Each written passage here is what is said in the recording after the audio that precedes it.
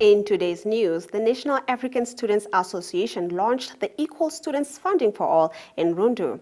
New equipment and machinery at Ohakawenga village in the Oshana region. Oshana Regional Library's first annual career and guidance fair took place in Oshakati yesterday.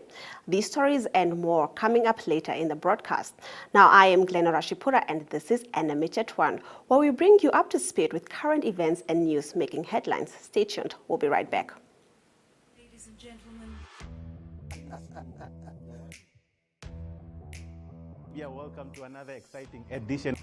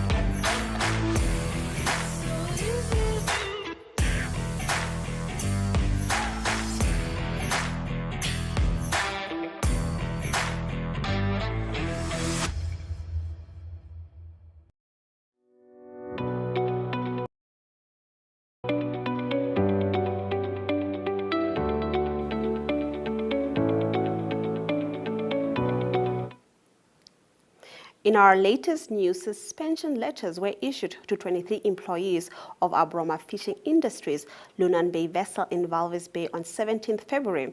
Now, the letter came after they asked their employer to reduce their work because there is a shortage of 2 employees in the vessel. This caused them to work 18 hours per day, as opposed to the International Labour Organization Convention 188 recommendation to 199, which was ratified by Namibia and prohibits working hours of more than 14 hours per day at sea. Now we take a trip around the country when we come back with visual news from across Namibia. Stay with us.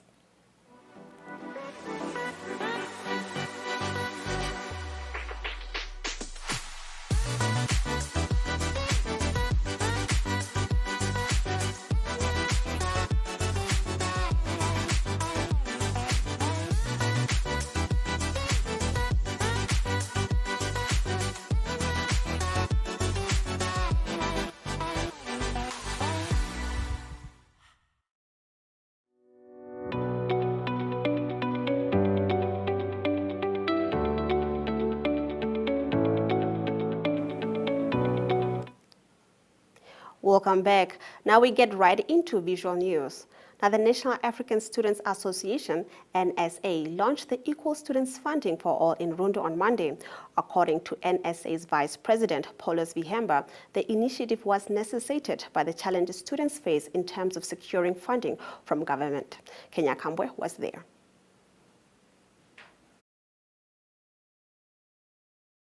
Education in Namibia has become extremely expensive and unaffordable for one to pay for themselves.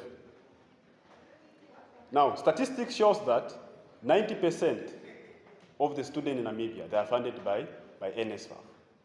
Now, if you look at the mandate of NSFAF in terms of Act 26 of 2000, it's stating that its mandate, primary mandate, is to fund for all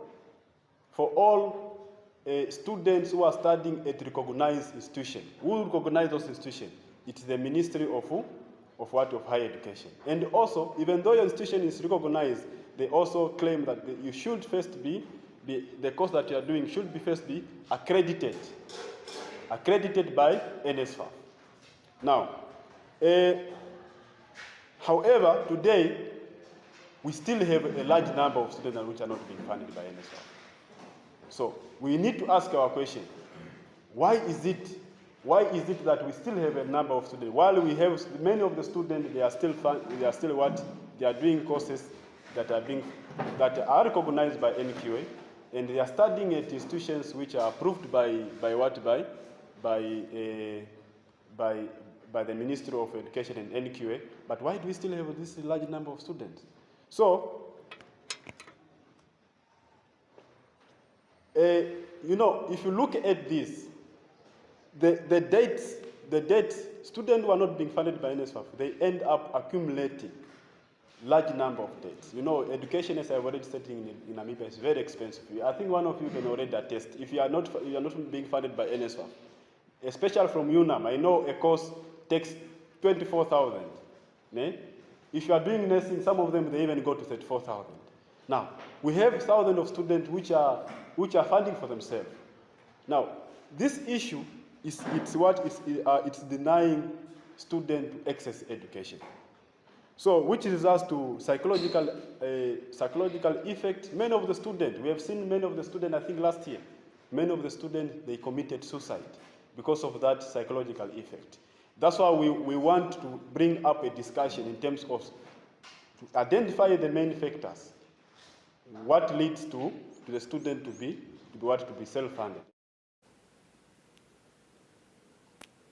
Looks like an exciting initiative. Now moving on, Agriculture Minister Carl Schleitwein over the weekend held a demonstration of new equipment and machinery at Ohakawienga village in the Oshana region. This clip was contributed.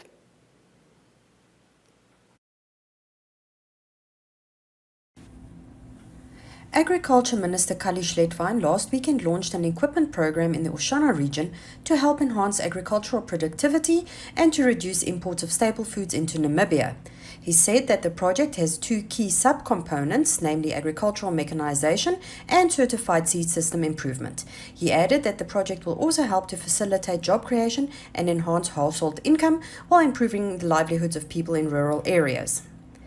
The agricultural mechanization component of the project will enable farmers to complete farming operations much faster and more efficiently, especially in the crop production region where rain-fed farming is practiced. It will also help increase productivity and reduce the cost of cultivation. This project is vital to ensure timely availability and accessibility of quality certified seed for farmers. Schleitwein said that the equipment includes jab seed drillers operated by hand-operated seedling transplanters, and knapsack sprayers, which will be available at agricultural development centers in all regions. Farmers will loan the equipment at a minimal fee, with the exception of the knapsack sprayers, which will be used by ministerial staff only to control pests and diseases in farmers' fields in the event of an outbreak. Furthermore, the ministry has ensured that equipment procured is gender sensitive and as such can be used by both men and women. He encouraged farmers to optimally utilize the equipment to ensure household food security. This one is a knapsack sprayer. Normally it's used for controlling pests in our crop field. Maybe some of the farmers knows it already, but I understand some might be seeing it for the first time today. So, what is happening? You put your chemical that you want to use. Also, don't forget to put on protective clothes. Yeah. So when you put in the chemical, not too full, to avoid spillage. Then you will be creating pressure by this handle before it pumps.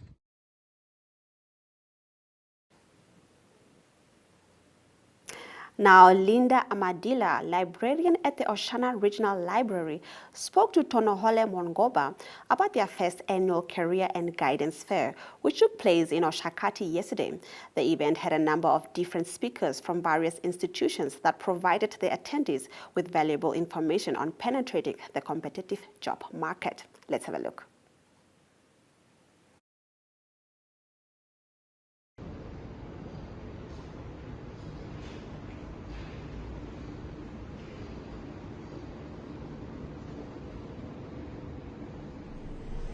The event went so well yesterday. It was an amazing turnout. The community came, the invitees showed up, and I am honestly thankful. I cannot be grateful enough to just say thank you personally as well to the specific invitees that took part, specifically Mr. Daniel Shigweda from B2 Gold. He showed a remarkable presentation, and he left so many people wanting for more, so I would really like to personally say thank you to him as well, and the Ministry of Labor invitees that came, Ms. Ninkoti, Ms. Jaba, and Ms. Chipandambira. They were amazing. They showed up well, and I am totally thankful. As well as the University of Namibia, the Oshakati campus, Ms. Agrippine Kanandunge, she did amazing with her colleague, Ms. Namanje. I'm honestly thankful. The media as well, Ms. Tunohole and the Eagle FM crew that came through, I'm thankful. And I'm hoping that I will host more events for the Oshana Regional Library, and that this is not the first nor the last event. I would love to see growth. I would love to see more community members engage themselves, and I'm hoping that more institutions and more companies come through for me, and we really make this as a yearly event that community members can learn through. They need to grow, and yesterday really showed that there is a need for that. So for that alone, I say thank you.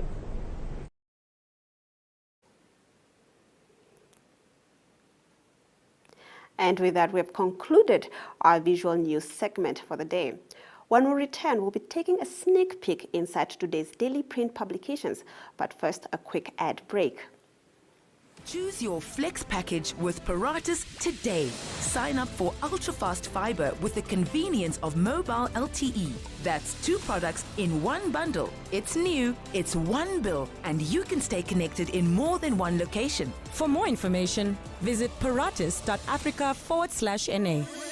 Always prepared. Paratus.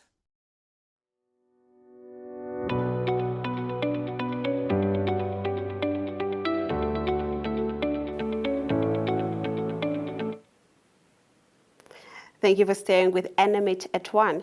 We now take a look at what the lead stories are in Namibia's daily newspapers. In today's papers, the Namibian Sun reports that although NAMCOR has already completed a letter of intent with Raccoon Africa to shed its 5%, government yesterday said it did not approve such a move.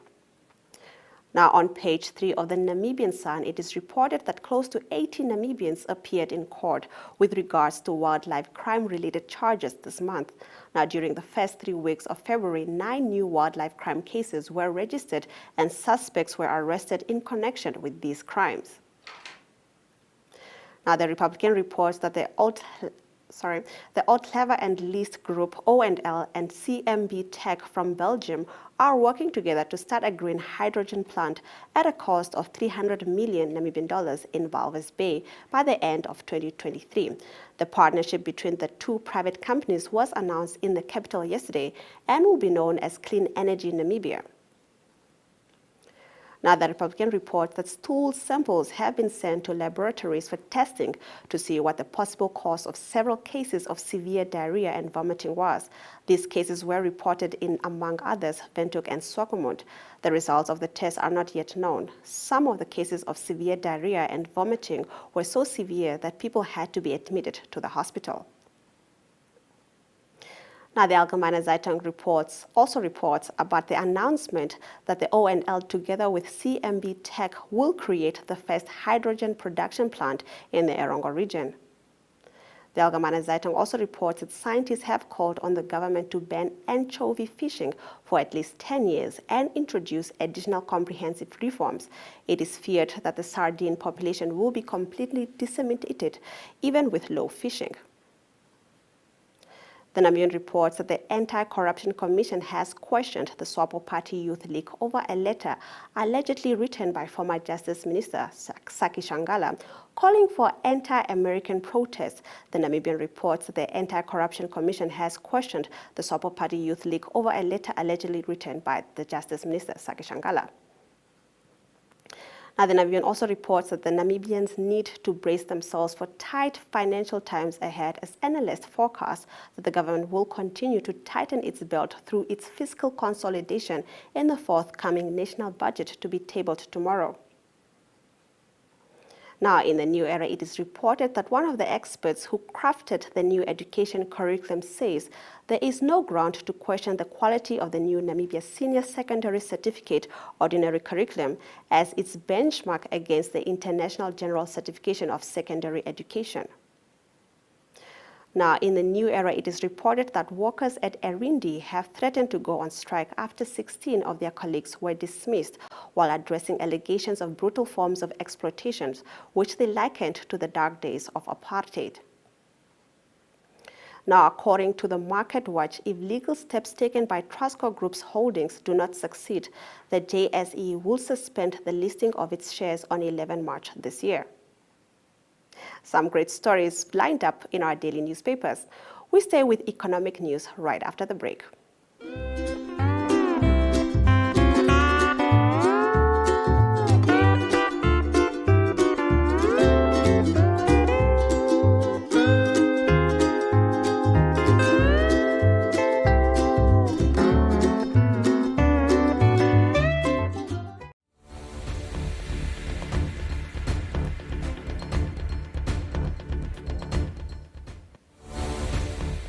Welcome back to NMH at 1. Now let's have a look at our economic news. In our first story, pace of recovery not in bonds control. Now the pace of Namibia's economy recovery will depend on factors outside the central bank's control, such as improved sovereign debt sustainability, structural reforms, accelerating growth and recovery strategy, as well as strong private sector, domestic and foreign investment, and risk-taking. Now, by doing so, Namibia will be able to overcome supply-side constraints, improve productivity, boost growth, and create employment opportunities. These remarks were made by the governor of the Bank of Namibia, Johannes Gavagap, yesterday at a seminar held under the theme Mapping Namibia's Post-COVID Economic Recovery. Now, Gavagap noted that the central bank stands ready to provide support to the economy, ostensibly within the scope of its mandate in order to place the Namibian economy on a sound and sustainable growth path. Now, in our next story, Black Business Association backs NIB.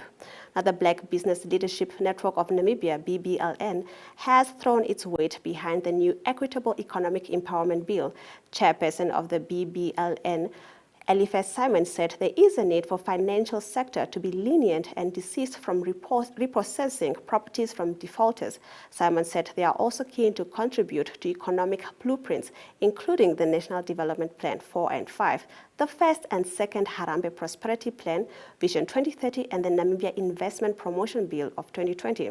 He said there is a need to mobilize, educate, and sensitize Black entrepreneurs to play an active and meaningful role in the economy. We are keen to help create a conducive environment which will enable the future entrepreneur to do business and to contribute massively and positively to building the Namibian economy, he said, the Namibian reports. Now, in our next story, global stocks tumble, oil, gold prices soar as Russia-Ukraine crisis intensifies. Now, oil prices surged Tuesday morning on fears that rising tensions between the Ukraine and Russia could disrupt supplies around the world. The United States and its European allies are poised to announce new sanctions against Russia after President Vladimir Putin formally recognized the two regions in eastern Ukraine, escalating a security crisis on the continent. Now, Brent, the international benchmark for oil, was trading at close to $100 a barrel, its highest level since 2014. The crisis over Ukraine has added further support to an oil market that has surged due to tight supplies as demand recovery from the coronavirus pandemic. Now, the Organization of the Petroleum Exporting Countries has resisted calls to boost supply more rapidly. The conflict has fueled a 7% increase in natural gas price despite assurance from Putin that Russia will continue to deliver uninterrupted natural gas supplies to world markets. Now let's have a look at our economic indicators. The British pound now trades at $20.48 Namibian dollars, maintaining its value. Now the same can be said for the euro, US dollar, and the Chinese yuan. Capricorn Investment closed at $11.23, an increase of 0.90% in its stock price. MTC dropped by 2.80%. Trustco Group holding stock prices dropped by 12.40%, now trading at $1.20. Local and overall index prices had a lower closing price. Now, commodities have gone up in value, including Brent crude oil, which saw a 0.62% increase, while zinc increased by 1.32%. We'll be back shortly with news from across the continent.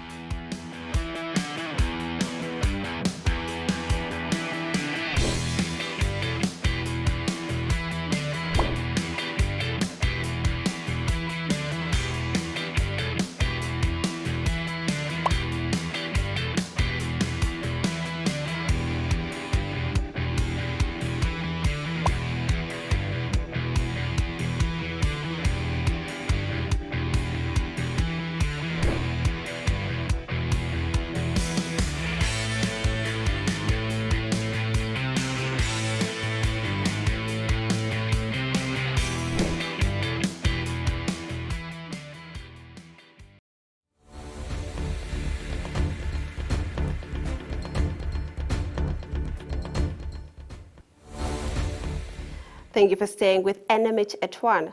Now let's take a look at news from across the continent. Now, campaign lobbies Tanzania President Hassan to protect 70,000 Maasai from resettlement. A petition to stop the forced resettlement of more than 70,000 Maasai people from the northern Tanzania was handed to the country's president on the sidelines of the recently ended European Union-African Union Summit in Brussels, Belgium. Now, the petition, which had been signed by 2.7 million by Friday last week, was handed to President Samia Suluhu Hassan, senior staff by AVAS, an American-based online activist network.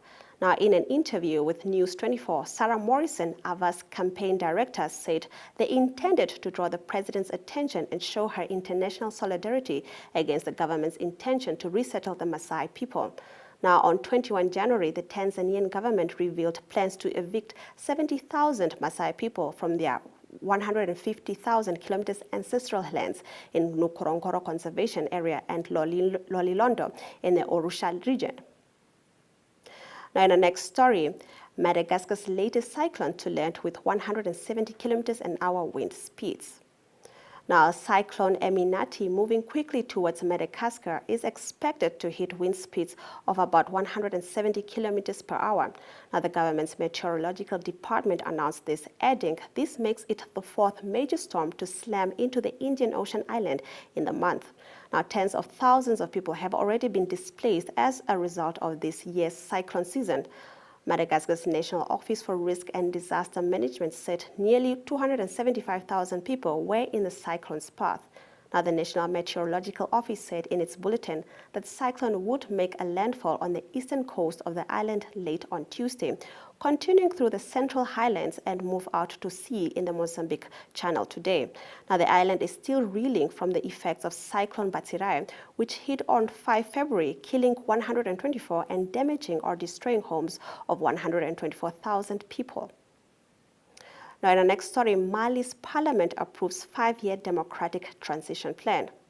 Now, Mali's lawmakers on Monday approved a plan allowing the military government to rule for up to 5 years, AFP journalists said. Now, despite regional sanctions imposed on the country over delayed elections, the army-dominated legislature also decided that the country's interim president cannot stand for a future democratic election as part of the same bill.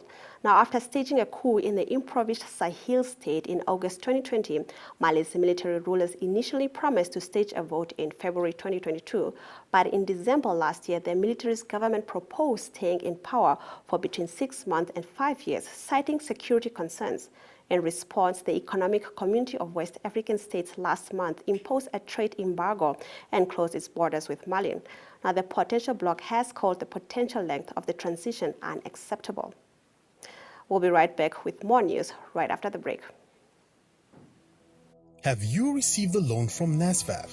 NSFAF loan is the same as any other loan. It must be paid and settled. NSFAF has a set of guidelines on how you can repay your loan and become debt-free. Therefore, it is important that you, a former beneficiary and a responsible Namibian, show your patriotism by helping pay back your loan and thus helping NSFAF become a revolving fund for the benefit of future potential students. By failing to pay back your NSFAF loan, you risk being blacklisted or having a court order against you. So arrange with the fund to pay back your loan today. For more information on how you can repay your loan, visit our website at www.nasfaf.na or visit our Facebook page or Twitter. Do the right thing and #paybackthemoney.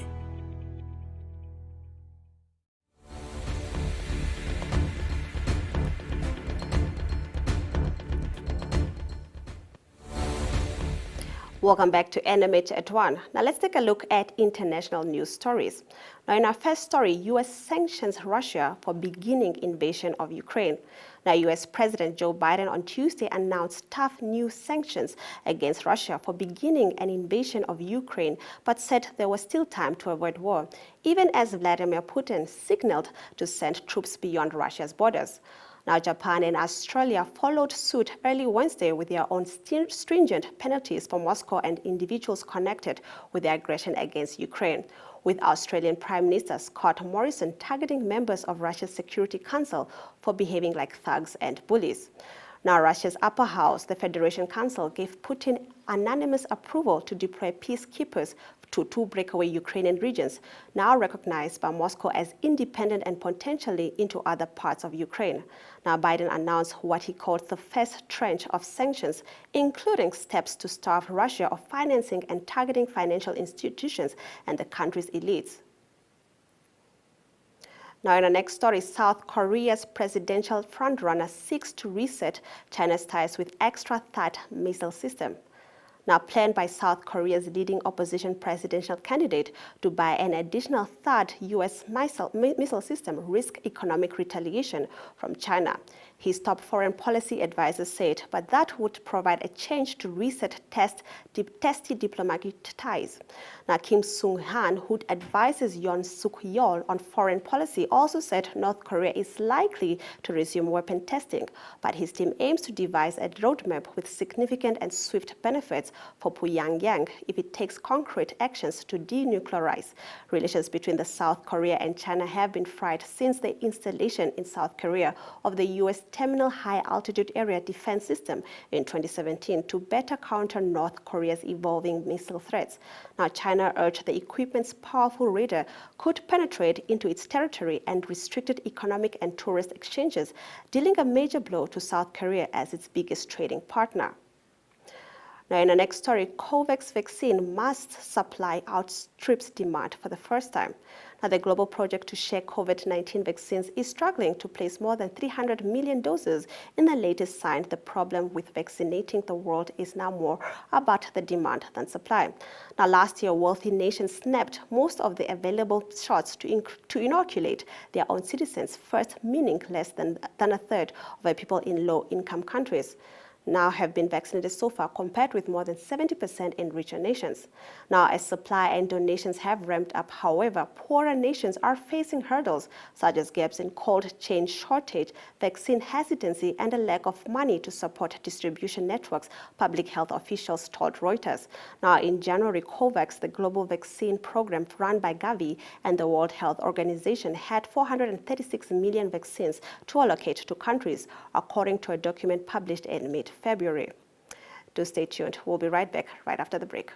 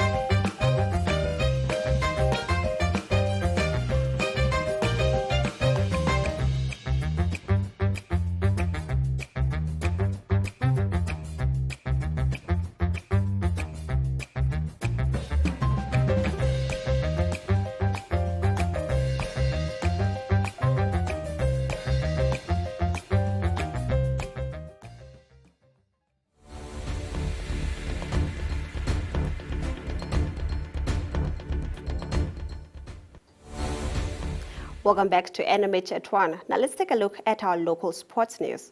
In our first story, Bank Windhoek Indoor Hockey is back. The Namibia Hockey Union Bank Windhoek Indoor Hockey League this season will be a test to see progress the clubs have made. League administrator Marquis Short has said. Now the season begins on Friday with clubs battling it out for top honors in what is predicted to be an exciting season. The games will be mainly played at the Windhoek Showgrounds and in Swakopmund at the MTC Dome. Now last year, the Saints men and women teams were crowned champions of the league.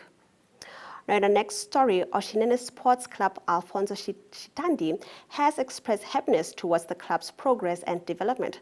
Now, the club has recently begun its quest to produce top-class athletes in the Omaheke region.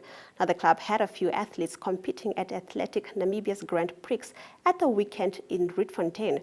Now, Shitandi hopes that they will be able to groom the athletes into the next big stars of the region and country with the support of corporate Namibia. Now, in our next story, the Maize Triangle Soccer League, sponsored by the Dundee Precious Metals Tsumeb Community Trust, is planning to host its annual general meeting in 2 weeks. Now, the meeting will pave way for the season, which organizers hope can start in March. Now, members of the league, Jefta Harwab, has revealed that more clubs are interested in joining the other existing 12 clubs, but they, as organizers, will, however, have to inform the sponsors in order to deliberate on funding increment. To stay tuned for more international news right after the break.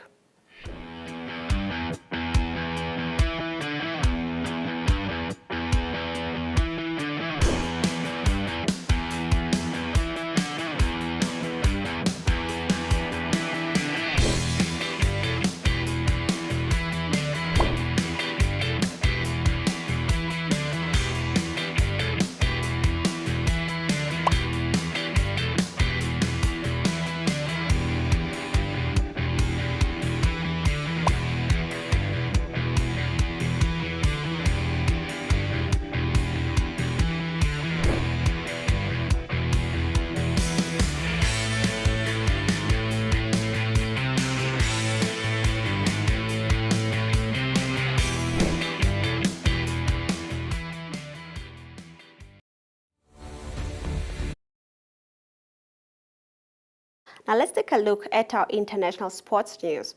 Now, Chelsea draw first blood. Chelsea took control of their Champions League last 16 tie against Lille with a comfortable 2-0 victory at Stamford Bridge. Now, Kai Havertz headed in Hakim Ziyech corner after 8 minutes, and Christian Pulisic was the beneficiary of a superb run and pass from N'Golo Kante in the 63rd minute as the Blues secured a crucial first leg advantage. Now, in our next story, U.S. WNT players and U.S. Secure settle equal pay dispute. Now, the U.S. Women's National Security Team and governing body U.S. Soccer said on Tuesday they have agreed to resolve a years-long dispute over equal pay on what the players described as a landmark day for the sport. Now, the settlement will set $22 million US distributed in a manner proposed by the players and approved by a district court. In our next story, former PSL coach lands prominent job in Lesotho. Now, former Bloemfontein Celtic head coach Veselin Jelusic had reportedly beaten out the likes of Owen Dagama and Kevin Johnson for a prominent position in Lesotho. Now, Jelusic has been confirmed as the new head coach of the Lesotho national team.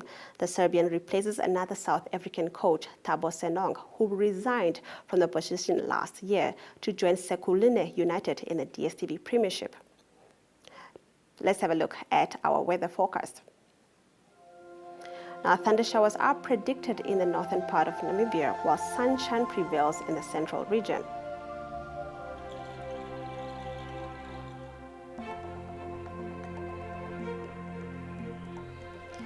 The coastal region is hot and pleasant, with the maximum temperatures ranging from 23 and 24 degrees. Moving down south, warm temperatures are expected.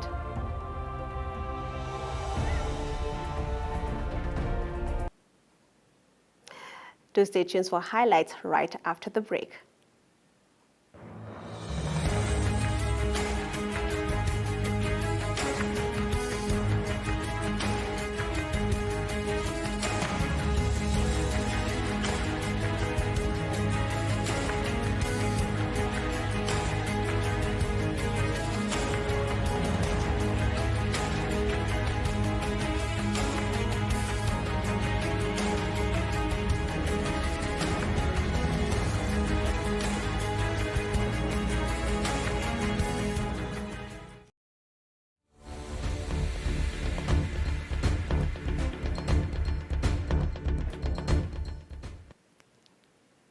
Welcome back to NMH at 1.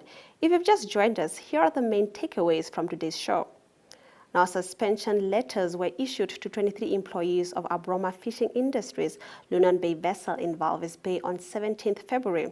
Now, the letter came after they asked their employer to reduce their work because there is a shortage of 2 employees in the vessel. Now, a petition to stop the forced resettlement of more than 70,000 Maasai people from the northern Tanzania was handed to the country's president on the sidelines of the recently ended European Union-African Union Summit in Brussels, Belgium. U.S. President Joe Biden on Tuesday announced tough new sanctions against Russia for beginning an invasion of Ukraine, but said there was still time to avoid war, even as Vladimir Putin signaled plans to send troops beyond Russia's borders. Now, the Namibia Hockey Union Bank Windhoek Indoor Hockey League this season will be a test to see progress the clubs have made. Now, league administrator Mark Hayshot has said. Now, the season begins on Friday with clubs battling it out for top honors in what is predicted to be an exciting season. Chelsea took control of their Champions League last 16 tie against Lille with a comfortable 2-0 victory at Stamford Bridge. Now, Kai Havertz headed in Hakim Ziyech corner after 8 minutes, and Christian Pulisic was the beneficiary of a superb run and pass from N'Golo Kante.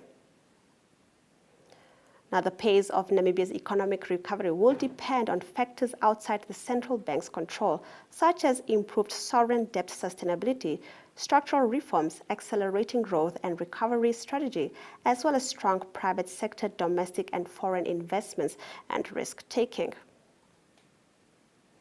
Now, those were your highlights, and you can catch us at the same time tomorrow.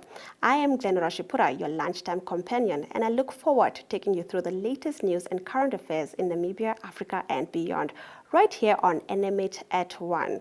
Now, we will now share news from our correspondents in the regions. Stay with us for regional review.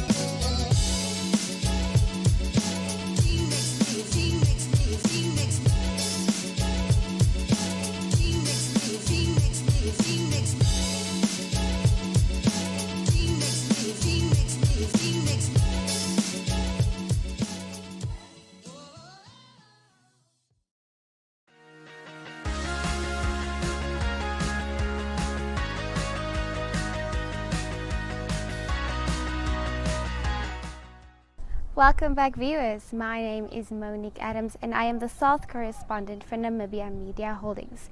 Today, we're celebrating World National Dog Biscuit Day, so make sure you give your pet a treat for the day.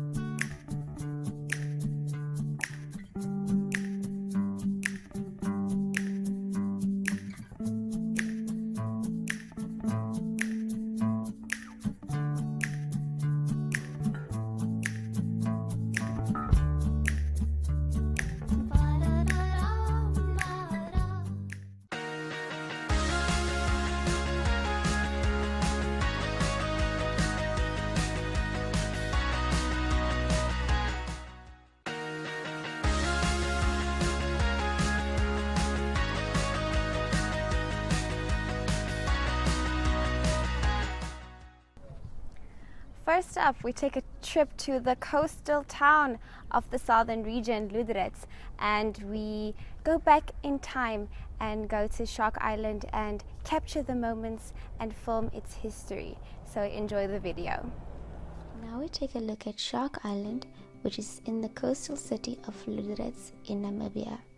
It had been formerly named Star Island by British Captain Alexander during his 1795 surveying expedition.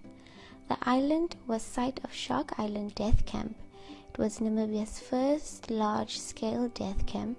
Close to 1,800 Nama prisoners arrived in September 1906, including Cornelius Fredericks, one of the strongest Nama military leaders.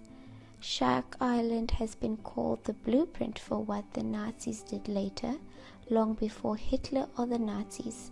The Germans shipped the Nama people to a remote location where they performed experiments on the Namas and worked them to death. The camp closed in 1907 and prisoners were transferred to an open area near Radford Bay where mortality rates eventually declined. Today, the harrowing peninsula is the site of a small memorial and plenty of open space for history buffs to go camping. If you found yourself in the town of Keetmanshoop on Tuesday and Wednesday, I hope you made a turn at the NG Kerk in town to donate blood, as the Namibia blood donation team were here.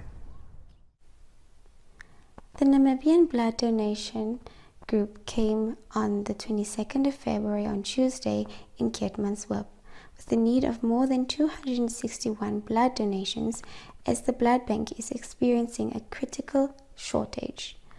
The donation was at the Keetmanshoop NG Kerk Hall in town from 10 o'clock in the morning till 6 o'clock at night.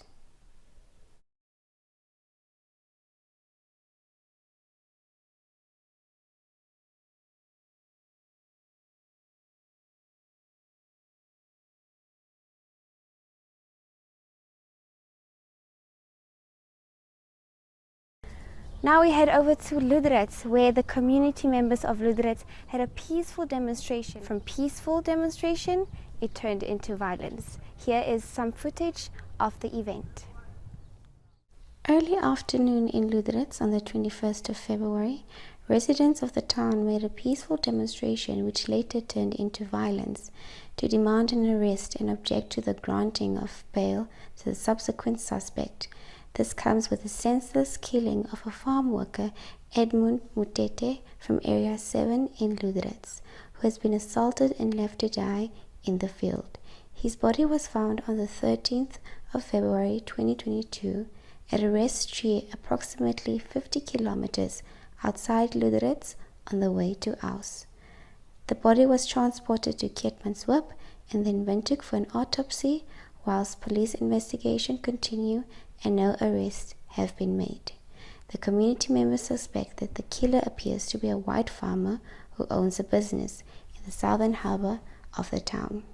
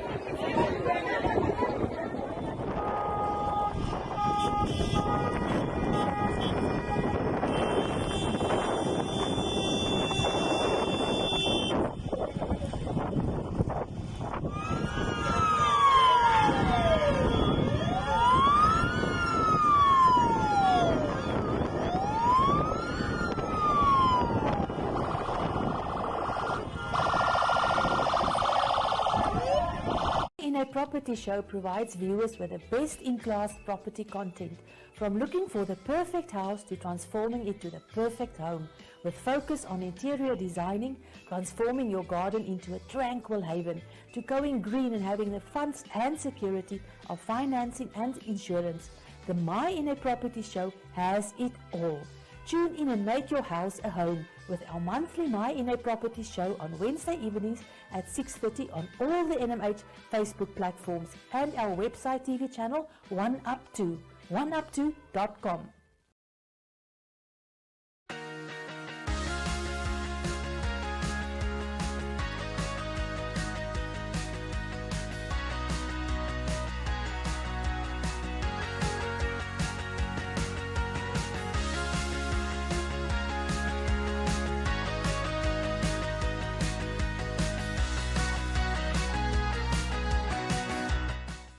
Well, that was our new segment. Now we head over to our interview. We got to speak to the Chief Marketing Officer of NWR, Epson, and this is what he had to say.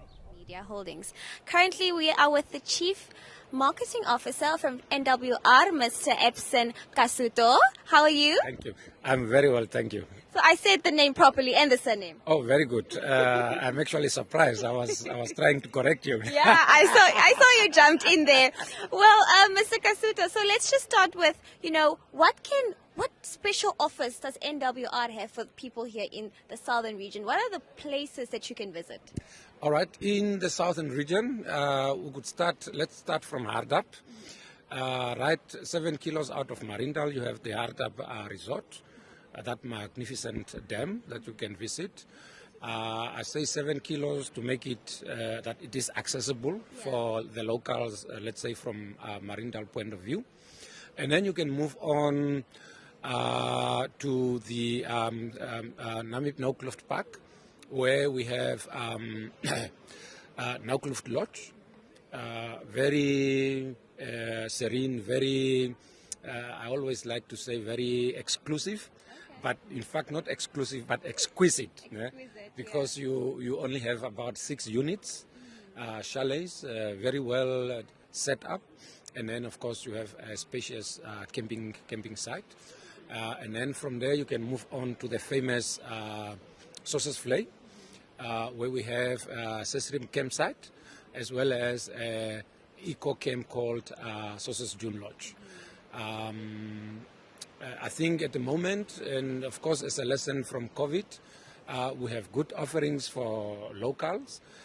First of all, we have what we call the Namlesha card, which is a membership card that Namibians take out, and that entitles them a 50% discount on accommodation, as well as a 25% discount on meals and activities. So in the time after COVID, 50% is huge. 25% on meals is also huge. Yeah. For every 100, you pay $75 for meals, which is quite a great saving. At the moment, we're having a special on Namlesha, where you, whichever card you take, you're getting a 40% discount. Now, the cards, we have what we call a solo card. This is for one individual. If you are not a socialite, I don't think there's people that are in Namibia that are that antisocial. So therefore, then the next best thing is what we call the Namlesha Plus, which is for 2 people. And then, of course, you have what we call Namlesha Family. And then I forgot also that we cater for students. Right. And for them, we have what we call Namlesha Students. Interesting. So I love the fact that you guys have now a solo package for individuals that travel alone, because recently NWR was trending on social media because of you have such lovely specials, but it's always one price for 2 people sharing. Yes. Well, the issue is where we are coming from.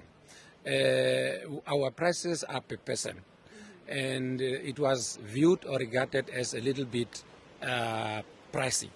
And this is why, for example, when we're running specials, we would say, for example, it's $600 per room. This is what we had previously. But Unfortunately, because you can't run away for people that travel individual.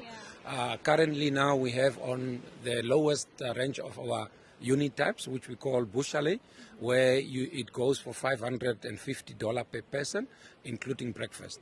Now, if you're not staying there, for example, just for calculation's sake, breakfast is roughly 120, 150. If you take that off from 550, then usually you're getting a room for in the range of 350, 380, which is reasonable per night per person. And then if you go up to the middle range, we have a special that goes for $780 per person. This is inclusive of breakfast as well as dinner. So also again, it's very affordable in the sense that if you discount your meals, then you're also getting the room for almost next to nothing. And you know, a lot of tourism companies suffered during the COVID-19. But for you, one of the strategies I saw that NWL put was they brought in influencers, you know, that has social media presence, and you guys had the social influencer social media program, which was a success. Can you just give us more information about that? Are you going to do it again this year, identify new influencers? Oh, yes. The thing with influencers is that they do drive awareness to our lodges and resorts. So in that sense, any influencer campaign is usually a success because of that one specific reason, if you can achieve that target. Of course, that ended, and last week we again issued another request, so to say, where we would be looking. It's not yet out in the public, but internally we're working on it. Exclusive. You're getting exclusive information. Yeah. So it will be out in public maybe in the next few weeks, and then we'll repeat the same exercise like last year, and then we'll select more influencers. Now one of the benefits is because of COVID, there's no money. We can't run to your normal print magazine. You can't go to your print newspapers. So the best available avenue is social media, and this is why it's gonna be a good thing if you can get success out of these influencers. That's very, very true.